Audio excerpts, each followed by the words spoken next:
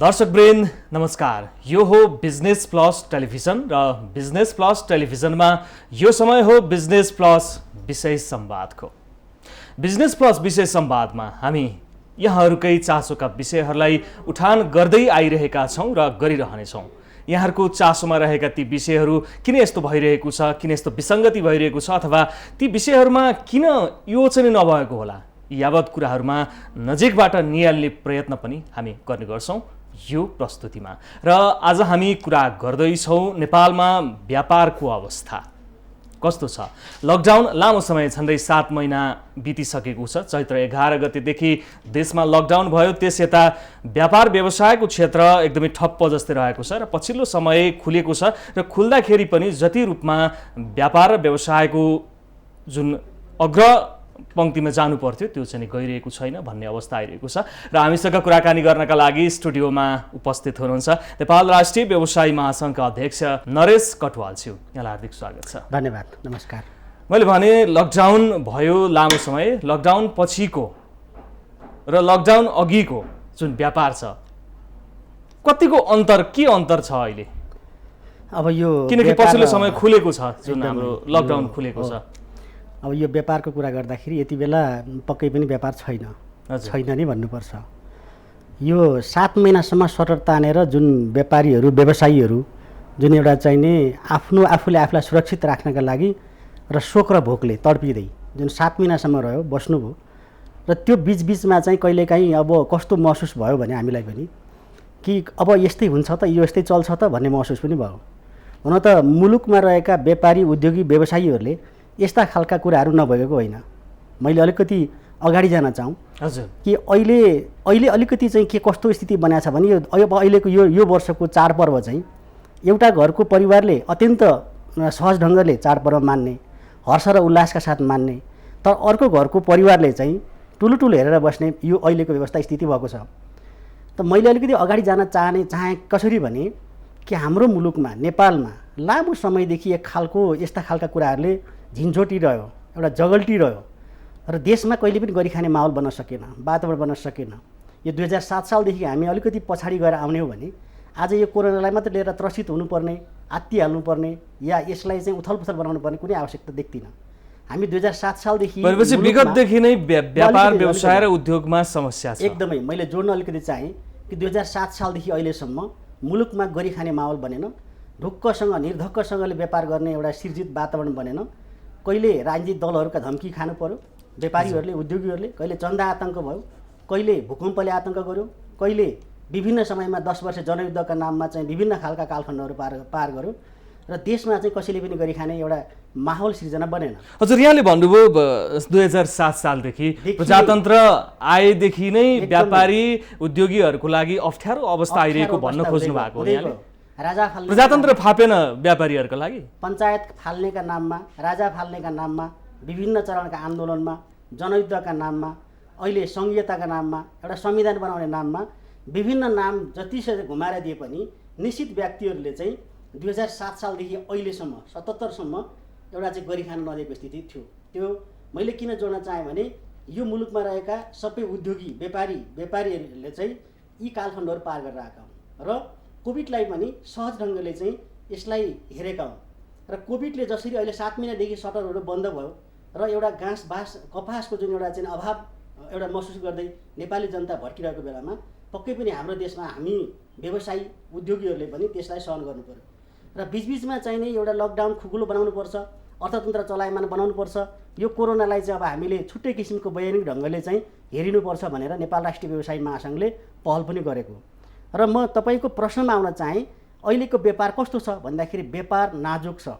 अहिले 10 महिनादेखि केरुङ नाकामा थन्किएका मालवस्तुहरू हामीले नेपाल भित्राउन सकेका छैनौँ। नेपाल राष्ट्रिय व्यवसायी महासङ्घकै पहलमा पनि सबै नेताहरू, सबै दलका शीर्ष नेतादेखि लिएर चाहिँ मन्त्रीज्यूहरूदेखि मन्त्रालय अन्तर्गतका विभागहरूसम्मलाई पनि ज्ञापन पत्र बुझाउँदै कम्तीमा 10 महिनासम्म एउटा कुनै व्यापारीले आफ्नो भएको जमिन, आफ्नो प्रपर्टी, सम्पत्ति ब्याङ्कमा चाहिँ एउटा धनी पूर्जा राखेर उसलाई ब्याङ्कलाई चाहिँ एउटा तिरेर भनौँ न ब्याजहरू किस्ताहरू तिरेर चाहिँ ल्याएको मालवस्तु सहज ढङ्गले बेच्न सक्दैन भने यहाँभन्दा हजुर यहाँले अब केरुङ नाकाको प्रसङ्ग उठाइहाल्नु भयो होइन झन्डै माघदेखि नै केरुङ नाका चाहिँ सुचारू हुन सकेको छैन अहिले चाहिँ पछिल्लो समय चैतदेखि चाहिँ कोरोनाको त्रासका कारण भने पनि माघदेखि नै केरुङ नाका चाहिँ सहज रूपमा आवत जावत हुन सकेको छैन र पछिल्लो समय चाहिँ खुलेको भने पनि दैनिक 4-5 ट्याङ्कर मात्रै अहिलेको चाहिँ अवस्था के छ तपाईहरुको सामान अहिले जुन पछिल्लो समय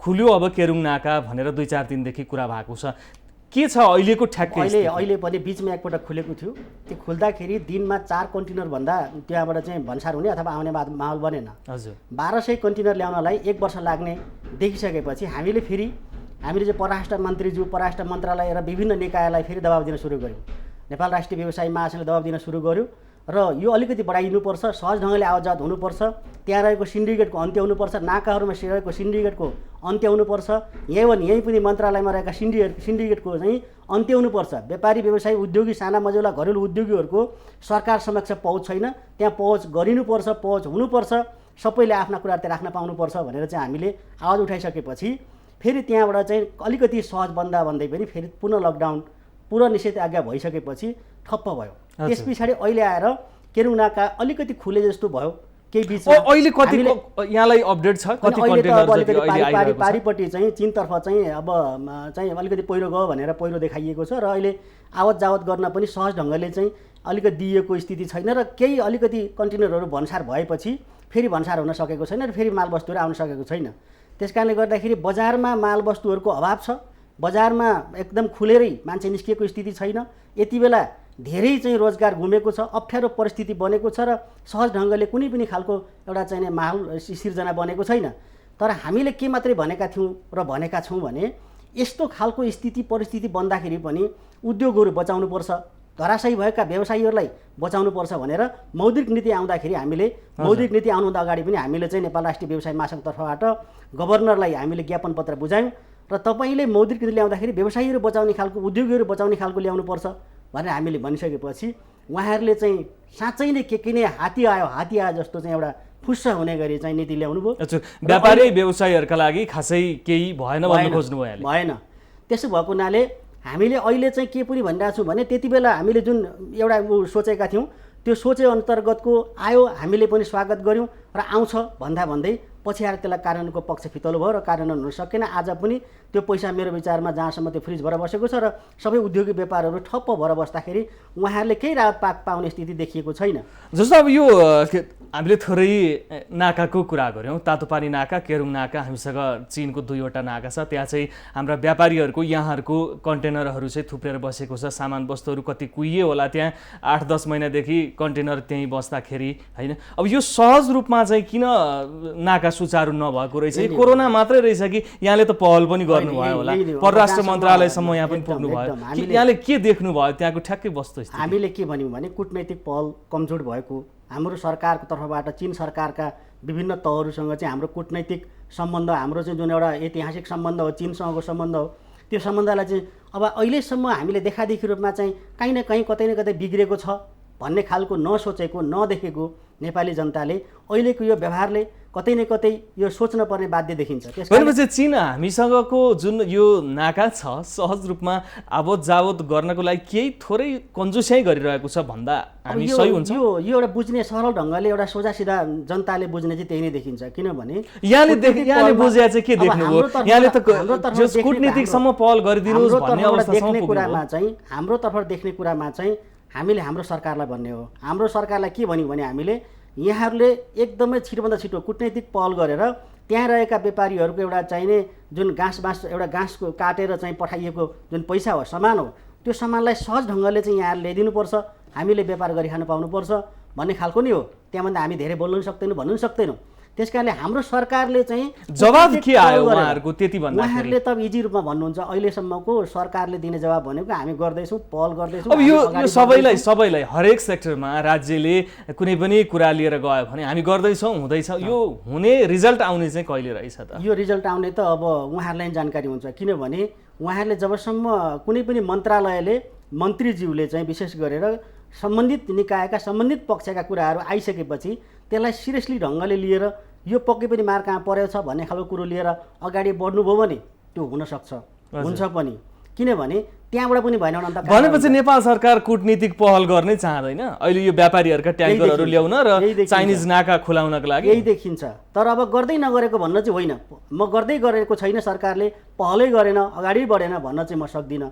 पहल गर्दा गर्दै पनि त्यति पहुँच चाहिँ भएन भन्ने कुरा हो। र अहिले हामीले चाहिँ पटक पटक सरकारलाई आग्रह गरेको र तीनटै राजनीतिक दलका शीर्ष नेताहरूलाई हामीले भेटेर भनेको पनि के मात्रै हो भने जबसम्म हामीले सहज ढङ्गले नाकाबाट मालवस्तुहरू ल्याउन सक्दैनौँ, नाकामा सहज ढङ्गले व्यापारी व्यवसायीहरू आवाजात गर्न सक्दैन। त्यहाँ मैले अघि सिन्डिकेटको कुरा गरेँ, अहिले पनि तपाईँको चाहिँ एउटा जिल्लाको भन्दा अन्य जिल्लाको मान्छे जान सक्दैन, त्यहाँ अहिले पनि एउटा गाडी भन्दा अर्को गाडी जान सक्दैन। त्यसकारणले हामीले त्यहाँ रहेको सिन्डिकेटको अन्त्य गर्दै सबैको एउटा पहुँच हुने खालको अथवा माथि यता चिनतिरको कुरा गर्ने भने चिन तातो पार्ने कुरा गर्ने भने त्यहाँ 1 दिन या 2 दिन 3 दिन व्यापारीलाई माथिसम्म जाने पासको व्यवस्था गर्न सकिएको छैन। त्यो एउटा के भन्न सकिन्छ त, कूटनैतिक पहलै नभएको भन्न सकिन्छ त होला नि। एउटा कुरो के मात्रै हो भने जुन व्यापारीले चिनको गन्जाउमा गएर सामान राख्छ उसले चाहिँ पुनः फर्केर नेपाल आउँछ र केरुङ नाकामा माथि आइसकेको सामान उसले अवलोकन गर्न जान पाउँदैन कि मेरो सामान कस्तो छ के छ भन्ने कुरा जान पाउँदैन। उसले सहज ढङ्गले त्यहाँबाट भन्सार गरेर ल्याउन सक्दैन। तर हामीले सरकारी निकायलाई अहिले पनि भन्सार विभागलाई सोधियो भने उहाँहरू के हुन्छ, तपाईँहरू जान सक्नुहुन्छ, तपाईँहरूले ल्याउन सक्नुहुन्छ, तपाईँहरू हेर्न सक्नुहुन्छ भन्नुहुन्छ। तर त्यसो छैन, सहज ढङ्गले त्यसो छैन। मैले अघि अलिकति राजनीतिक कुरा जस्तो यहाँले भन्नुभयो कूटनीतिक पहल भएन, हाम्रा वाणिज्य दूत पनि बस्नुहुन्छ र बेजिङमा हाम्रा राजदूत पनि बस्नुहुन्छ, के उहाँहरूले पनि पहल गर्नुहुन्न? मैले अघि भनिहालेँ नि कुरा, उहाँहरूले चाहिँ पहल गर्नु भएको छैन भने होइन, पहल गर्नु भएको छ, सकेको त्यो पहलले काम गरेन। अब कुन तहबाट कुन लेभलबाट चाहिँ पहल गरिनु पर्थ्यो भन्ने कुरामा त्यो हाम्रो सरकारले जान्ने कुरा हो। लेभल नपुगेको हो कि हाम्रो चाहिने एउटा प्रधानमन्त्री लेभलले चाहिँ जस्तो मैले अब थोरै यहाँसँग सोध्न हुन्छ कि हुँदैन, एकदम चीन सरकार सिधै केन्द्रीय तहबाटै यो चाइनिज नाकामा हस्तक्षेप गरिरहेको होला कि यो सामान्य सङ्घीय जुन राज्य छ त्योबाट चाहिँ? होइन, मलाई त जहाँसम्म मलाई त के लाग्छ भने हाम्रो जुन नेपाल सरकारले सिधै अहिले अन्य कुनै विभागहरू अथवा कुनै सेक्टरहरू खटाएर भन्दा पनि सिधै प्रधानमन्त्री लेभलबाटै एउटा वार्ता छलफल संवाद गरेर चाहिँ किन यस्तो भइरहेको छ त, यति त गर्न सकिन्छ नि। यति गर्नकै लागि हो नि त हाम्रो देश, हाम्रो चाहिने उ त कम्तीमा यति गरेर चाहिँ त्यत्रो व्यवसायीहरूले 10 महिनादेखि रोएर कराएर चाहिँ नाका नखुले नाकाबाट सामान आइरहेको छैन हार गुहार गरिरहँदाखेरि हाम्रो प्रधानमन्त्रीज्यूले सिधै चाहिँ त्यहाँको प्रधानमन्त्रीसँग कुरा गर्ने र के हो त वास्तविकता कुरा भनेर बुझ्न सकिन्न। एउटा त्यो नसकेको चाहिँ किन होला? यही त हामीले हामीले आम नेपाली जनताले र हामी व्यापारी व्यवसायीले बुझ्न चाहेको यही त हो कि किन नसकिरहेको होला त हाम्रो सरकारले किन सकिरहेको छैन होला त? व्यवस्था गरेको हो कि नसकेको हो? अब यसलाई चाहिँ व्यवस्थै गर्न नसकेको भन्न सकिन्छ, किनभने नसक्ने भन्ने कुरै हुँदैन। एउटा देशसँग एकदम आँखा मिलाएर कुरा गर्न सक्छ। हजुर, किनभने हाम्रो जस्तो मुलुक स्वतन्त्र मुलुकले त अझ विश्वका मुलुकका प्रधानमन्त्रीसँग त्यो किन ठुलो नहोस्, उसले चाहिँ हामी जस्तो स्वतन्त्र मुलुकको प्रधानमन्त्रीज्यूले, हाम्रो सम्मान्य प्रधानमन्त्रीज्यूले, म यहाँको मिडिया मार्फत आग्रह गर्न चाहन्छु, उहाँले एकदम नजर मिलाएर चाहिँ विश्वका प्रधानमन्त्रीसँग खुल्याम कुरा गर्न सक्नुहुन्छ, कूटनैतिक कुराहरू गर्न सक्नुहुन्छ। तर हाम्रो नेपाली जनताले त्यति हामीले अधिकार दिएको छ। त्यही त, त्यो हाम्रो नाकामा जुन छ अब दैनिक 5 ट्याङ्कर केही समय अगाडि 1 हप्तासम्म चाहिँ केरुङ नाकाबाट दैनिक 5 ट्याङ्कर छोड्ने भन्ने जस्तो कुरा थियो। यो एउटा मैले अहिले चाहिँ कहाँनिर अलिकति बुझ्छु भने कि हाम्रो चाहिँ एउटा जुन पुरै पहिलेदेखिको जुन धरातल पल्टाएर लिएर आउने भने हामी परनिर्भर भयौँ, परमुखी भयौँ। हजुर, आज हामीले यो दिन हेर्नु पर्दैन थियो। हरेक पटक सामान्यतः तराईमा आन्दोलन हुँदाखेरि पेट्रोलको कमी हुन्छ, ग्यासको कमी हुन्छ, फिटीमा पानीबाट निकालेको माछा जस्तो हामी काठमाडौँमा हुनुपर्छ, देशमा जनता हुनुपर्छ। अहिलेसम्म हामी आफ्नै चाहिँ हात खुट्टामा उभिन किन सकिरहेका छैनौँ? हर सबै चिजमा हामी परनिर्भर किन? व्यापारिक रूपमा हामी परनिर्भर छौँ। हाम्रो सम्पूर्ण व्यापार त कि चीनसँग कि भारतसँग त 70-80% हामी पाँचै दिन एकै दिन कुनै नाकाबाट अवरोध हुँदाखेरि हामी फिटी हुन पर्न सक्ने खालको किन? बडो दुःख लाग्दो कुरो छ। किनभने हाम्रा नेतादेखि लिएर राजनीतिक दलदेखि लिएर नेपाली जनता हामी परनिर्भर भयौँ। हजुर, आत्मनिर्भर भएनौँ। हाम्रो राजनीति पनि आत्मनिर्भर भएन, हाम्रा नेताहरू आत्मनिर्भर हुन सक्नु भएन। अब यहाँ त भन्नुहुन्छ राजनीतिक दलकै कारणले व्यापारीहरूले गरी खान पाएनन्, चन्दा आतङ्क, अनेक आतङ्क 2007 सालदेखि नै प्रजातन्त्र, पञ्चायत, बहुदल, अहिलेको गणतन्त्र, अनेक समयमा व्यापारीहरूले धेरै नै समस्या भोगे। अब यो समस्याको समाधानतर्फ चाहिँ कसरी जान सक्छ? राज्यले के गरिदिनु पर्छ त अब व्यापारीहरूको लागि र हामीले के सोचेका थियौँ भने जब यो राजनीतिक आन्दोलनको अन्त्य भयो, अब अन्त्य भयो मुलुकमा चाहिँ अब राजनीति हुँदैन, जिन्दाबाद र मुर्दाबादमा नारा लाग्दैनन्, चोक चोकमा चाहिने मसाल जुलुसहरू निकालिँदैनन्, अब यो लामो इतिहास कालखण्ड सकियो है भनेपछि एक खालको लेयर त सेटिङ भएको थियो नि। अहिले तीन तहको सरकार सेटिङ भएकै हो। हिजो जिन्दाबाद र मुर्दाबाद गर्ने, सडकमा नारा र जुलुस गर्ने र एक खालको चाहिँ मसाल जुलुस निकाल्ने मान्छेहरू आज सरकारमा सेटिङ भएर बसिसकेपछि, 2/3 सरकार भनिसकेपछि, नेपाली जनताले चाहिँ सम्पूर्ण अधिकार दिइसकेपछि र नारा ठुल्ठुला ल्याइसकेपछि अब गरी खान पर्ने माहौल बन्दैन। अब उद्योगीले, व्यवसायीले, व्यापारीले आशा गरेको यही हो, यही थियो। हामीले के सोचेका थियौँ भने जब समृद्ध मुलुकको परिकल्पना सरकारले गर्दै गर्दा अब मुलुकमा सरकार आएछ, अब सरकारले चाहिँ पक्कै पनि भिजनहरू ल्याउँछ भनेका थियौँ। हामीले मेरै कार्यकालमा पनि स्थिर सरकार आएपछि पनि खासै परिवर्तनको अनुभव यहाँले गर्न पञ्चायती शैली गएको छ, पञ्चायती शैली परिवर्तन भएको छ, देश सङ्घीयतामा गएको छ, देशका नेताहरू फेरिएका छन्। सङ्घीयतामा देश गइसकेपछि जनताले चाहिँ अब गणतन्त्रको, प्रजातन्त्रको महसुस गरेको छ। कति जनताले चाहिँ महसुस गरेको छ अहिले? आज यहाँको मिडिया अन्तर्गत म प्रश्न गर्न चाहन्छु हाम्रो नेपाल सरकारलाई, यहाँहरूले 2/3 सरकार बनाइसकेपछि, यहाँहरूले सङ्घीयतामा लगिसकेपछि, संविधान परिवर्तन गरिसकेपछि गरी खाने माहौल कहाँ बन्यो त? कतिले राज पायो त? अहिले पनि हेर्ने भने वास्तविक उद्योगीले, वास्तविक व्यवसायीले, वास्तविक कृषकले राहत पाउँदैन। आज चाहिँ ब्याङ्कहरूमा चाहिँ अत्याधिक पैसा थन्केर बसेको छ, लगानी गर्ने मौका पाइरहेको छैन भने सरकारले सामान्य नीति गरेर उद्योग बचाउनुपर्छ, अब व्यवसाय बचाउनुपर्छ नीति ल्याउनु पर्दैन? हजुर, अब केही उपभोक्तावादीहरू के भन्छन् भने यो देश त कहाँ नेताले चलाएको छ र, यो देश त व्यापारीले चलाएको छ भन्छन्। उपभोक्तावादीहरूले दसैँमा भन्नुहुन्छ, 12 महिना भन्नुहुन्छ। हजुर, म यहाँकै मिडियाबाट सोध्न चाहन्छु उपभोक्तावादी जीवहरूलाई हजुर कि 12 महिना कहाँ हुनुहुन्छ र अहिले चाहिँ व्यापारीले चलाएको छ, व्यापारीले लुट्यो, व्यापारीले खायो, व्यापारीले सक्यो भनेर चाहिँ जुन नौरथा लाग्यो 16 श्राद्धदेखि नौरथासम्म चाहिँ अष्टमीको दिनसम्म आन्दोलन कराएर हुन्छ, 12 महिना हिँड्नु पर्यो भनेपछि ती उपभोक्तावादीहरू ठ्याक्कै उपभोक्ताका लागि काम गरिरहेका छैन। राम्रो गर्नुभएको छ, कसले गर्नुभएको छैन भनेको छ र, तर 1 महिना गरेर त भएन नि त। हामीसँग त अहिले मापदण्डहरू छन्, हाम्रा विभागहरू छन्, हाम्रा चाहिने मन्त्रालयका विभिन्न निकायहरू छन्, हामीसँग विभिन्न त्यत्र ठुला मन्त्रालयहरू छन्। एउटा व्यापारीलाई हेर्ने 4-4वटा मन्त्रालय हुन्छन्, एउटा व्यापारीलाई, एउटा उद्योगलाई हेर्ने 4-4वटा मन्त्रालय, त्यसका विभाग, अनि त्यो सबैले नापतोल जाँच गरेर चाहिँ छुट्याएर आउनु पर्दैन? उहाँहरूको कति बेला कहाँ के मिल्दैन, अनि कतिपय व्यापारीहरूले पनि अलिकति गडबड चाहिँ बजारमा गर्छन् है। यस्तो हुन्छ, व्यापारीले कति गडबड गर्छन्, के गडबड गर्छन् भन्ने कुरा नि हजुर आज कसले कति गडबड गरेछ भन्ने कुरामा स्पष्ट रूपमा हामी बाहिर निक्लियौँ भने व्यापारीले कति कमाएर राखेको छ र व्यापारी भनेको को रहेछ, कस्तो रहेछ, अनि कसको कति के रहेछ भन्ने कुरा बाहिर स्पष्ट देखिन्छ कि अहिले यहाँबाट भनेर कुनै अर्थ रहन्न। त्यस कारणले व्यापारीले खायो, सक्यो, लग्यो भन्नु चाहिँ एउटा चाहिँ त्यो चाहिँ के हो भने आफू पन्छिनु हो। हजुर, पहिले म शुद्ध भएर निक्ल्यो नि त, मैले जति बोलिरहेको छु नि, म पहिले शुद्ध भएर निक्लेँ भने अरूलाई शुद्ध भन्दा लान सकिन्छ कि। हजुर, हामीले अघि पनि भने मैले हाम्रो जुन शैली आएका थियौँ, जुन परिवर्तन गर्छौँ भनेका थियौँ, त्यो परिवर्तन गर्नुको साथ आज हामी के गरेका छौँ भने हिजै बोलिने भाषाहरू, काठमाडौँ उपत्यकामा सुकिला मुकिला विभिन्न यस्ता उस्ता भन्नेहरूले आज चाहिँ स्ट्यान्डर्ड जीवन बिताइरहेको स्थिति छ छैन? देश बनाएको छ त। त्यस कारणले गर्दाखेरि हाम्रो आग्रह त्यो पनि होइन, म त कुनै राजनीतिक कर्मी पनि होइन, मलाई राजनीति गर्नु पनि छैन र मलाई यहाँभन्दा अगाडि जानु पनि छैन। मात्रै मैले के भनिरहेको छु भने नेपाल राष्ट्रिय व्यवसायी महासङ्घको आग्रह के हो भने उद्योग बचाउनुहोस्, व्यवसाय बचाउनुहोस्। यति बेला उद्योगहरू, यति बेला साना मझौला घरेलु उद्योगहरू बस्ने स्थितिमा छैनन्। अब त्यसका लागि के गर्ने? त्यसका लागि हामीले स्पष्ट रूपमा ज्ञापन पत्र बुझाएका छौँ। हजुर, स्पष्ट रूपमा हामीले योभन्दा अगाडि केही मागहरू राखेर ज्ञापन पत्र बुझाएका छौँ। पहिलो हामीले के भनेको थियौँ भने यो केरुङ नाकामा थन्किएको पहिल्यै हामीले भनेका थियौँ, केरुङ नाकामा चाहिँ थन्किएका अथवा नाकाहरूमा थन्किएका मालवस्तुहरू सहज ढङ्गले ल्याउनु पर्यो र नाकाहरूमा सबैको पहुँच हुनु पर्यो, त्यहाँ भएको सिन्डिकेटको अन्त्य हुनु पर्यो। इजी भनेका छौँ हामीले, कहाँ घुमाएको छ र?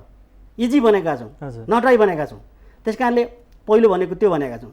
दोस्रो भनेको ब्याङ्क र अहिले किस्ता तिर्न, ब्याङ्कको ब्याज र किस्ता तिर्न हामी सक्दैनौँ। त्यसो भएको हुनाले सरकारले कम्तीमा ब्याज चाहिँ व्यापारीहरूले, उद्योगहरूले लिएको ब्याज, किस्ता, त्यसको उद्योगको प्रकृति हेरेर व्यवसायको प्रकृति ऊ धराशायी छ कि छैन? हजुर, हामीले सबैलाई भनेका छैनौँ, सबैले कमाएका छन्, कमाएको राज्य त्यसमा सकारात्मक छ कि छैन त? अहिले तपाईँ के पाउनुहुन्छ अहिलेको स्थितिमा? मैले मुद्दाहरू इस्युहरू भन्दैछु। हजुर। 2 नम्बरमा त्यो भनेका छौँ।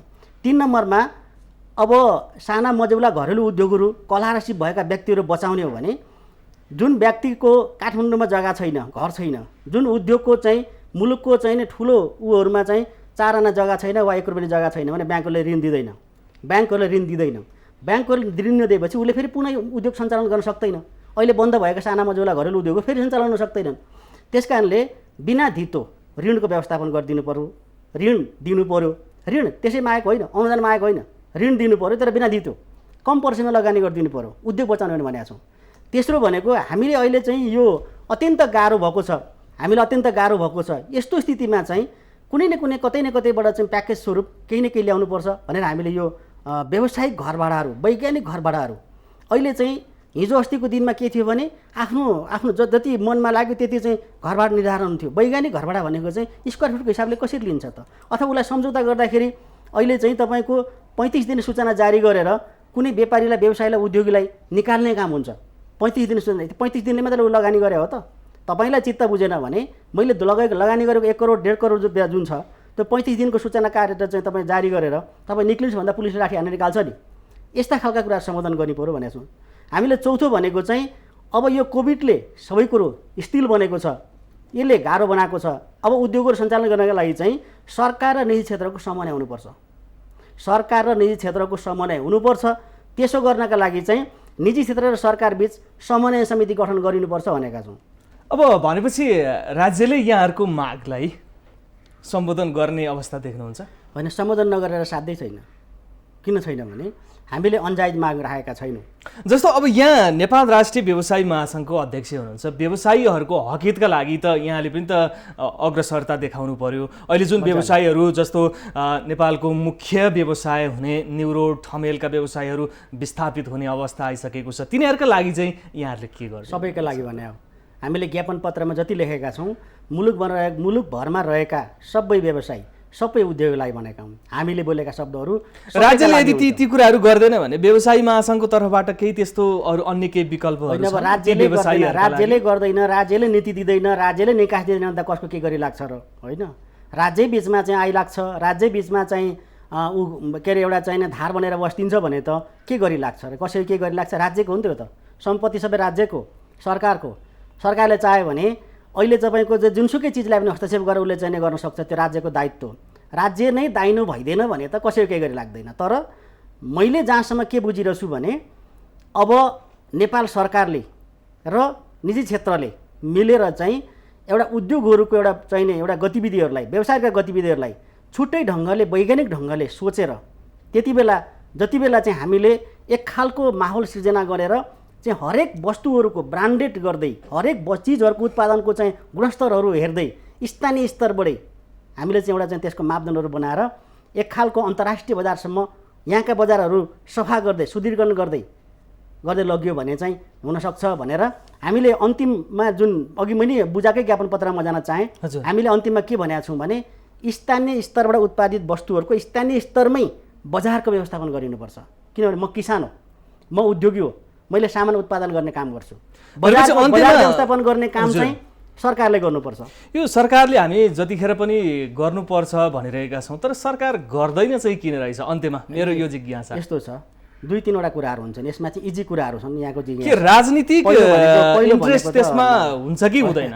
यहाँलाई के लाग्छ? पहिलो भनेको यस्तो छ, पहिलो भनेको सरकारमा गएका जति पनि मन्त्रीजी हुनुहुन्छ, सरकारमा सहभागी जुन दल हुन्छ, पहिलो भनेको त ऊ त्यहाँ पुग्देर उसले चाहिँ त्यो जीवनभर दिएको जुन देशै बनाउँछु भनेर ऊ त्यहाँ पुगेको हुँदैन। उसले पहिले आफ्नो धेरै कुराहरू ताल चाँजो मिलाउनु पर्ने हुन्छ। आफ्नै पाहुना पास आफ्नै देश बनाउनका लागि भन्दा पनि आफू बन्नका लागि राजनीति गरिएका कारणले गर्दाखेरि यो अवस्था आइपरेको। अहिले के देखियो त? कुनै चाहिँ तपाईँको चाहिँ महात्मा गान्धी त जन्मेको छैन यहाँ। कुनै एउटा चाहिँ तपाईँको चाहिँ म चाहिँ 2-3 जना हाम्रा नेताजीहरू योभन्दा अगाडि केही नलिकन मर्नुभयो अरे भनेर, जस्तै चाहिँ हाम्रो कृष्ण प्रसाद भट्टराईज्यू हुनुहुन्थ्यो, उहाँले केही पनि थिएन अरे भन्ने सुनेको मैले, है, अब देखेको होइन। उहाँ त्यहाँभन्दा अरू त आलिसान बिल्डिङमा बस्नुभएकै छ, आलिसान गार्डहरू र चाहिँ 2-3 कारहरू गाडीहरूमा अघि पछि हिँड्नुभएकै छ। कसैले पनि साइकल चढाएको हुँदा रेकर्ड छैन नि, छ त? त्यस कारणले कसैले पनि सन्यास लिएको स्थिति छैन नि। मैले जीवनभरि कमाएको पैसा चाहिँ मैले राज्यलाई नै दिन्छु, राज्यले नै लाउँछु भनेको त कसैले छैन नि। मैले जीवनभरि कमाएको पैसा सम्पत्ति चाहिँ मेरो 10 पुस्तासम्मलाई पुर्याउँछु भनेकै देखिन्छ त। यसमा त फरक देखिएन। भनेपछि राजनीतिक वस्तुस्थितिले गर्दा आजको यो अवस्था आइपरेको। मोटामोटी एउटै कुरा बुझे हुन्छ। हामीले बुझ्ने कुरा भनेको हाम्रो मुलुक भनेको भर्जिन्छ अहिले पनि। हामीसँग धेरै कुराहरू चाहिँ अहिले पनि अथाह प्रचुरहरू छन्। जडीबुटीदेखि लिएर हाम्रो चाहिँ हामीसँग चाहिने जनशक्तिदेखि लिएर हाम्रो युवा जनशक्ति हेर्नुहोस् त जुर्मुराको विश्वको चाहिने ढुङ्गा पहरा फुटेको विश्वमा गएर विश्वका मुलुकहरूलाई चाहिने सुसज्जित बनाएको छ। हाम्रो चाहिँ रगत चाहिँ त्यहाँ म कहिलेकाहीँ गाउँ जान्छु, यहाँलाई दुःख लाग्दो कुरो भनौँ, गाउँ जाँदाखेरि त्यहाँ नगर कमिटीहरू पार्टीका नगर कमिटीहरू र जिल्ला कमिटीहरू हेर्दाखेरि 60 वर्षदेखि माथिको अनि 18 वर्षदेखि मुनिको मात्रै जिल्ला कमिटी र पार्टीमा पाइन्छ। त्यो बिचको युवा खै त सबै विदेशमा छ। खै त हाम्रो उर्वर भूमि चाहिँ बन्जर छ, जहाँ सुन्तला फल्छ, जहाँ स्याउ फल्छ, जहाँ तपाईँले अदुवा फल्छ, तपाईँले जे लगाए त्यो उम्रिन्छ फल्छ। हर उर्वर भूमि छ। राज्य त रेमिटेन्समै खुसी भइरहेको छ नि त। सजिलो छ नि त, त्यहाँ गर्नलाई धेरै गाह्रो। युवाहरूलाई रोजगारी दिनको लागि नयाँ सोच्नु पनि पर्यो। सजिलो छ। मैले त्यही भनिगएँ नि त, मैले मेरो जीवनको 17 वर्ष मैले उद्योग र व्यवसाय र व्यवसायिक हकका म 5-7 सङ्घ संस्थाको संस्थापक अध्यक्ष हुँदै यस्तै भाषण गर्दै यस्तै कुरा गर्दै हिँडेँ। मैले त कहीँबाट त्यस्तो खालको राहत पाइनँ। मैले त कहीँबाट त्यस्तो खालको राहत हुन्छ भन्ने कुराहरू पाइनँ। मैले मेरै हातले लेखिएका अक्षरहरू अहिले पनि उद्योग मन्त्रालयमा आजभन्दा 5-7 वर्ष अगाडि फाइलहरू मैले बुझाएको छु। मैले त्यति बेला भनेको छु दक्ष जनशक्ति उत्पादन गर्न, कामदारहरू हाम्रा युवाहरूलाई यहीँ रोक्न होइन तालिम केन्द्रहरू स्थापना गरौँ, गाउँ गाउँमा तालिम केन्द्रहरू स्थापना गरौँ। एउटा युवाले 5 देखि 6 वटा 7 वटा चाहिँ तालिम लिन्छ भने बेरोजगार हुन्छ। आज हामीसँग कामदार छैन, ल्याउनुहोस् 10,000 दक्ष जनशक्ति ल्याउनुहोस्, हामीसँग रोजगार छ। मैले भनिरहेको छु तालिम प्राप्त गरेको युवा 10,000 ल्याउनुहोस्, अहिले रोजगार दिन्छौँ। त्यो नेपाल राष्ट्रिय व्यवसाय महासङ्घले व्यवस्थापन गर्छ। भनेपछि राज्य त्यसमा अग्रसर छैन। खोइ त कामदार नभएर आज जनशक्ति नभएर उद्योग बन्द छन्। हामीलाई लाज लाग्दैन? कामदार नभएर आज हाम्रा युवाहरू नभएर कामदार दक्ष जनशक्ति सिकेको जनशक्ति नभएर अब अहिले अलि स्थिर भएर चाहिँ हाम्रो चाहिँ यो लाइन लाग्ने पासपोर्ट बोक्ने अलिकति सिस्टम अहिले स्थिर अहिले कोभिडले गर्दा रोकिएको छ। तपाईँ हेर्नुहोस् खोल्ने बित्तिकै के हुन्छ। हजुर हस्, आज हामीले व्यवसायका समस्याहरू भन्दा पनि अलिकति राजनीतिक कारणले गर्दाखेरि नै व्यापारी र व्यवसायी उद्योगीहरू फस्टाउन नसकेको भन्ने जस्तो कुरा गऱ्यौँ। हामीलाई समय दिनुभयो बिजनेस प्लस टेलिभिजनको तर्फबाट यहाँलाई धेरै धेरै धन्यवाद। एकदमै मलाई पनि आज नेपाल राष्ट्रिय व्यवसायी महासङ्घलाई यहाँसम्म बोलाइदिएर मेरा आफ्ना विचारहरू कुरा राख्ने मौका दिनुभयो। धेरै धेरै धन्यवाद यहाँलाई पनि। दर्शकवृन्द, बिजनेस प्लस विशेष संवादको समय सकिन लाग्यो। आज हामीले बिजनेस प्लस विशेष संवादमा कुरा गऱ्यौँ नेपाल राष्ट्रिय व्यवसायी महासङ्घका अध्यक्ष नरेश कटुवालज्यूसँग। नेपालको वर्तमान व्यापारिक अवस्था, उद्योगको अवस्था र राजनीतिले त्यसमा पारेको प्रभाव, उहाँको विचार अनुसार प्रजातन्त्र, बहुदल, गणतन्त्र जे भने पनि व्यापारीहरूलाई चाहिँ नि कुनै पनि सहज तरिका अहिलेसम्म पनि आएको छैन भन्ने जस्तो कुरा गर्नुभयो। अब एउटा राम्रो ट्र्याकमा जाओस्, राज्यले पनि सम्बोधन गरोस्, हाम्रो त्यही चाहना छ। अर्को कुनै विषयका साथमा अवश्य पनि उपस्थित हुनेछु। Business plus, business first. नमस्ते।